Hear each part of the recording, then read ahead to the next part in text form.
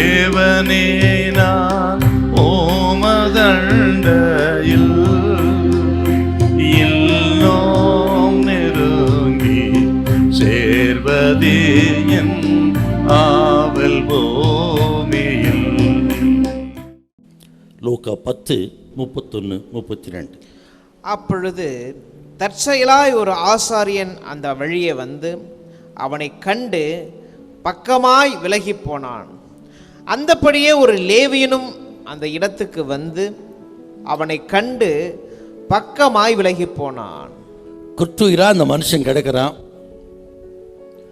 முதலில் அந்த வழியே ஒரு ஆசாரியன் வந்தான். இவன் என்ன பண்ணானா? பக்கமாய் விலகி போனான். ஏன்? இவனுக்கு பிரமாணம் ரொம்ப நல்லா தெரியும். இவனுக்கு தெரியாத பிரமாணம் இல்லை. என்ன பிரமாணம்? யாத்ராகமம் 23 அதிகாரம் 4-5 வசனம்.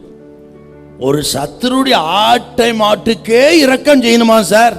பிரமாணம் பிரமாணமே சொல்லுகிறது.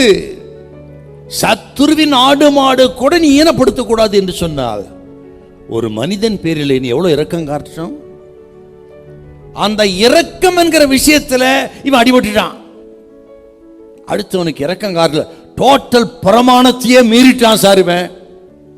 ஏன் சார் இவன் விலகி போனான் என்றால், நம்பர் 1, வீட்டுக்கு சீக்கிரம் போய் சேரலாம். இருட்டத்துக்கு முன்னாடி ஆபத்தான பாதை.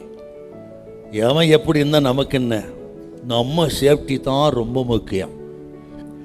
2வது, இப்பதான் பிரமாணத்தை கையில் எடுக்கிறான். இவ்வளவு நேரம் எடுக்கல, இப்ப எடுக்கிறான். என்ன பிரமாணத்தை எடுக்கிறான்? இவனை தொட்டால் காயம்பட்டிருக்கிறான். ஆக காயம்பட்டவனை ரத்தத்தை தொட்டால் அல்ல மரித்தவனை தொட்டால் அது தீட்டு, என் ஊழியம் கெட்டு போயிடும். ஊழியம் தான் எனக்கு முக்கியம். இவன் எக்கடு கட்டும் போட்டோம். ஒரு ஜீவனே கெட்டுக்கிட்டு இருக்குதே, இரக்கம் செய்யன்னு சொன்னாரு, அதெல்லாம் மறந்துட்டான். சுயநலம். அப்புறம் நம்ம ஏன் ரிஸ்க் எடுக்கணும்? அதுதாங்க இன்னைக்கு கிறிஸ்தவம்.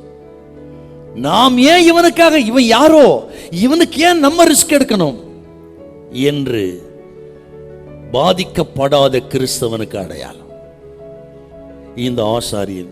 ரிஸ்க் எடுக்காதவன். கிறிஸ்தவ வாழ்க்கை என்பது ரிஸ்க் எடுக்கிறது தாங்க கிறிஸ்தவம். முழு நேர ஊழியமா ரிஸ்க் எடுத்து போற இடத்துக்கு போகணும்.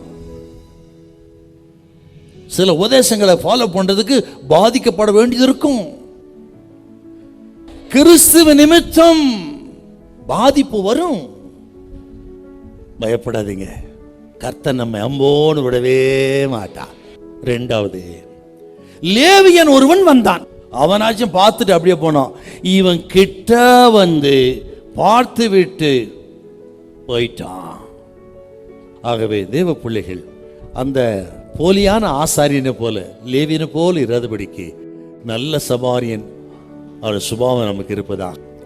இதை கேட்குறவங்க, நீங்கள் என்ன தப்பு பண்ணியிருந்தாலும் சரி, யாருக்கு என்ன துரோகம் பண்ணியிருந்தாலும் அப்படியே ஒப்பு கொடுக்கணும். இன்னைக்கு ஒப்பு கொடுத்து உங்களை பரிசுத்தப்படுத்திக்கணும். கர்த்தர் உங்களை கைவிட மாட்டார். ஹல்லேலூயா, ஹல்லேலூயா.